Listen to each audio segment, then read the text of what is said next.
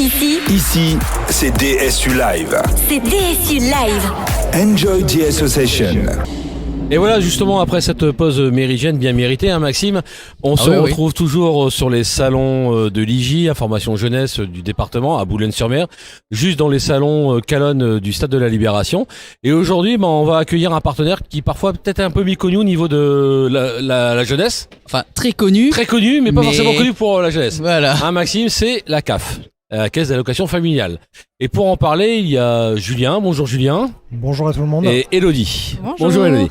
Donc la CAF, on la connaît pour sa branche, voilà, c'est la branche famille. Hein.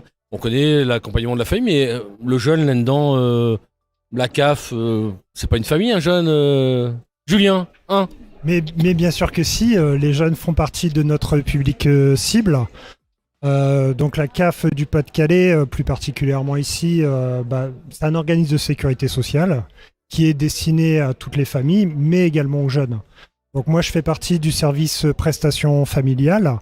Donc notre public, on a un public très large, très varié. Donc on a l'intégralité des familles. Donc on peut parler de la petite enfance, de l'enfance, la partie adulte avec les minima sociaux, mais on a aussi la partie jeunesse. Et on peut parler par exemple de l'aide au logement. Donc ça, c'est une prestation que tout le monde connaît et qui parle bien évidemment aux jeunes, mais aux parents des jeunes, parce que bien souvent ils sont accompagnés par leurs parents dans leur début de vie. Mais on a... Oui, parce que tout à l'heure, il y avait l'association Malco qui nous parlait aussi que la CAF a aussi des aides sur des apprentissages, de l'aide à l'équipement. C'est ça. Donc mais là, ça, est-ce que c'est connu vraiment? Vous êtes fortement sollicité? Ou c'est encore un secteur méconnu parce qu'on s'arrête au stéréotype de la CAF qu'on connaît, l'allocation familiale pour les familles et...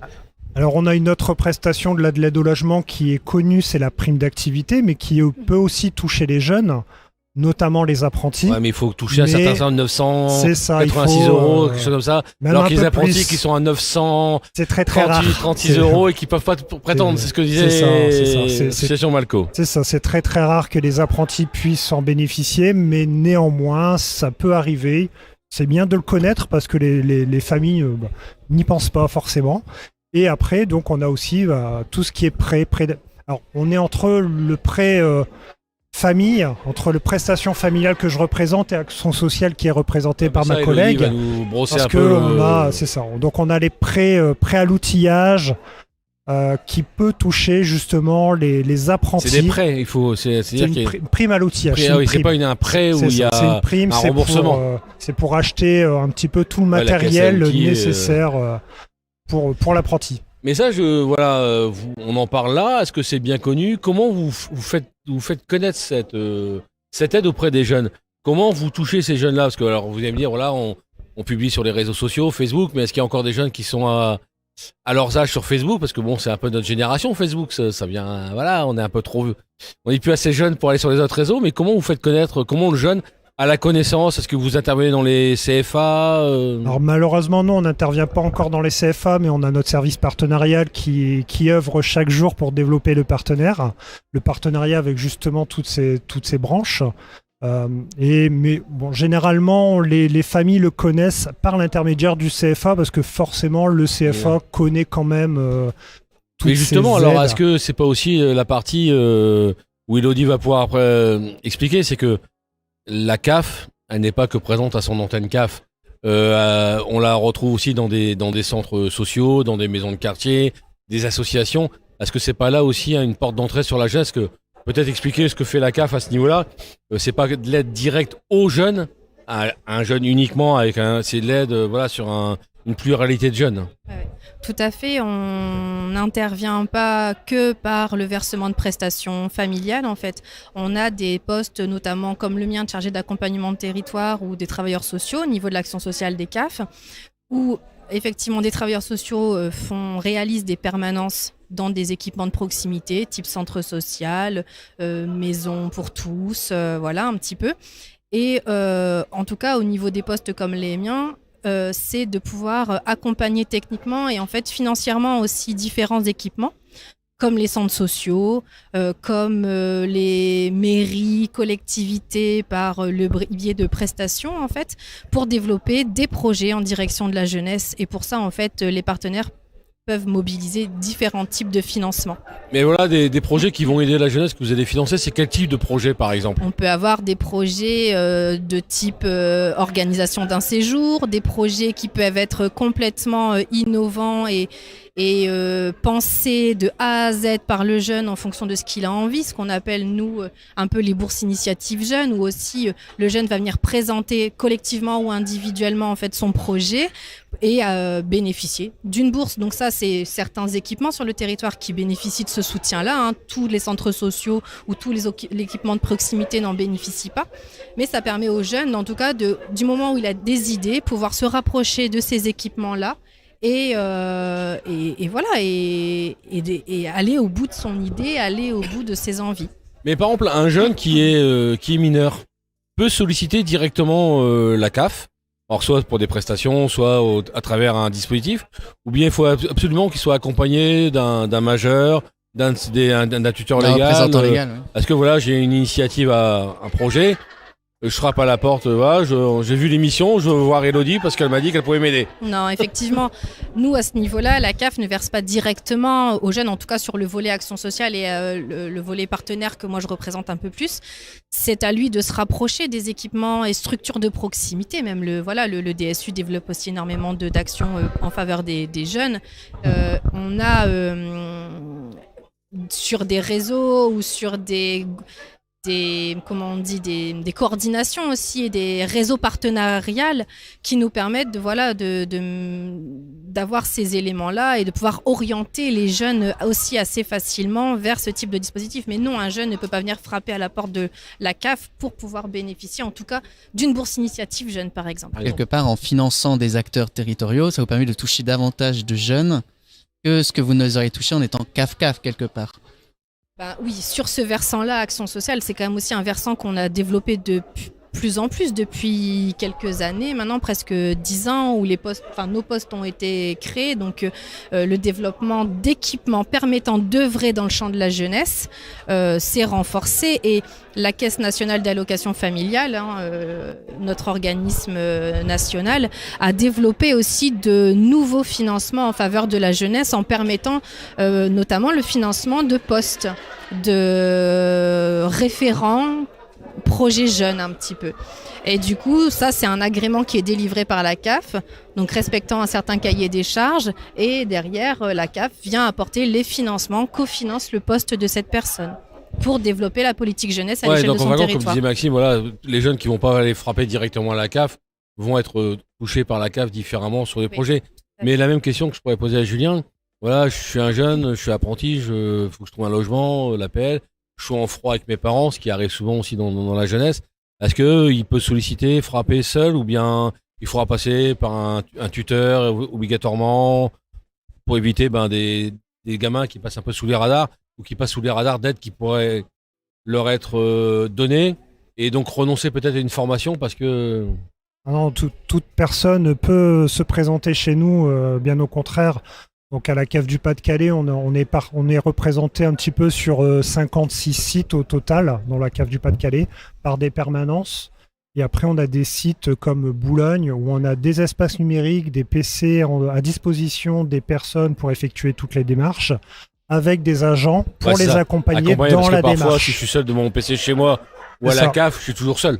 C'est ça. Là, à la CAF, il y a des agents qui accompagnent les allocataires, les personnes à effectuer toutes leurs demandes, à consulter le site caf.fr. On a également des rendez-vous. Donc la personne peut prendre rendez-vous à la date et à l'heure souhaitée et sur le site souhaité. Même si ça n'est pas un rendez-vous physique, on a également des rendez-vous téléphoniques où c'est nous qui appelons la personne pour faire le point sur son besoin et si besoin, le faire venir dans notre structure pour l'accompagner. Parce que justement, il y a des gens qu'on côtoie et qui nous disent, voilà, le côté dématérialisation, c'est très compliqué, on n'y comprend rien, c'est taper 1, taper 2, taper 3 et c'est très difficile. C'est pas compliqué quand même pour une action de proximité, dite aussi d'accompagnement social, de casser ce rapport, ce lien à l'humain par un PC ou un écran?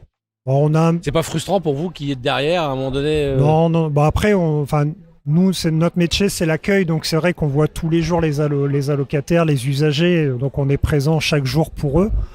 On a toujours les formulaires papier qui sont disponibles pour les usagers qui en ont besoin, mais sur la partie jeunesse, on a peut-être moins de problématiques parce qu'on a les jeunes qui ont l'habitude des réseaux sociaux, etc. et donc qui ont l'habitude de manipuler. Simplement, nous, ce qu'on demande, c'est qu'ils sachent utiliser clavier-souris et après, le reste, on les accompagne dans toute leur démarche numérique. Et il y a beaucoup de centres sociaux, de maisons de quartier qui développent des projets d'initiatives jeunes qui sont accompagnés par la CAF. Oui, c'est encore un peu timide. Est-ce que ça part vraiment de l'idée des acteurs, des éducateurs, animateurs, où c'est vraiment l'initiative du jeune et l'adulte n'est là que pour accompagner? Alors, c'est vrai que le nombre de dossiers et de réponses à l'appel à projet qu'on peut avoir a forcément augmenté depuis quelques années maintenant. Parce que je pense aussi qu'on communique davantage sur ce que la CAF fait en dehors justement des versements, des prestations familiales uniquement. Après, est-ce que les jeunes, je pense, oui, les jeunes sont plus au fait aussi de l'offre de services de ces équipements, de ces centres sociaux et des maisons de quartier. Ils ont des relations particulières et de proximité avec les professionnels qui sont et qui font partie de leur quotidien quelque part. Et de ce fait-là, je pense qu'il y a cette facilité, en tout cas dans le contact. On travaille beaucoup avec de nombreux centres sociaux du Boulonnais où il y a des éducateurs de rue aussi et où du coup le dialogue est vraiment très très important. Et ces jeunes expriment juste le temps d'une conversation, des choses, et puis ça revient, et puis voilà. Et ce sont les professionnels de terrain qui se saisissent aussi de ces petites choses pour les raccrocher aussi à une notion de projet, de projection, de temps, d'investissement, d'engagement. Et ce travail-là, il est vraiment très complet dans le sens où c'est pas juste pour réaliser un projet, mais derrière, ça permet de déboucher sur plein d'autres choses. Parce que les professionnels leur font découvrir des chantiers jeunes, d'autres partenaires, les emmènent à un forum, à un salon. Ils créent aussi la culture. Voilà, on est surtout sur du loisir, de la culture. Et du coup, ça permet une insertion aussi professionnelle assez importante. On a des fois des jeunes qui sortent du dispositif parce qu'ils ont trouvé un emploi, par exemple. Donc, c'est vraiment des sorties plutôt positives. Enfin, plus que positives. Oui. Donc voilà, je pense que si ce sont des dispositifs qui commencent à être assez connus du territoire, en tout cas, on cherche à le faire connaître de plus en plus avec les partenaires qu'on travaille, qu'ils soient associatifs ou collectivités territoriales. Et la jeunesse, on est tous en train de toucher à la jeunesse. Tous les partenaires, toutes les collectivités touchent à la jeunesse. Donc forcément, c'est un point d'ancrage à développer. Puis la CAF, comme d'autres partenaires, vient apporter son savoir-faire, ses services, tout ça. Tout à fait. On est vraiment sur les deux volets. On est sur un accompagnement technique. On va accompagner le partenaire à monter son projet, à faire ce travail de diagnostic, voir un petit peu de quoi ont besoin les jeunes pour que le projet colle au mieux vraiment à leurs besoins. Et derrière, effectivement, la chance qu'on a dans notre institution, c'est qu'on peut apporter aussi un apport et un soutien financier. Et voilà, ça développe de fait les offres et les services aux jeunes. Merci à tous les deux d'avoir participé, d'avoir été riches. Alors, vous êtes là sur le salon toute l'après-midi encore. Donc, mais on peut vous retrouver sur les réseaux sociaux, dans les centres, maisons de quartier. Des relais, il y en a partout, des relais de la CAF. C'est ça. Et on participe aux différents forums qui nous sont... Toujours présents, toujours là. On essaye. En tout cas, c'est toujours intéressant de prendre contact aussi avec tous les partenaires pour justement développer ce lien. Ce que disait Elodie, il y a vraiment un maillage de territoire à faire et du partenariat. C'est ça, et puis la jeunesse, elle n'est pas exclue de la famille, et nous, notre public, c'est la famille dans sa globalité, et du coup, on a... Et le jeune en fait partie. Et le jeune en fait partie, tout à fait. Merci bien à vous deux, bonne continuation sur ce salon et pour la suite.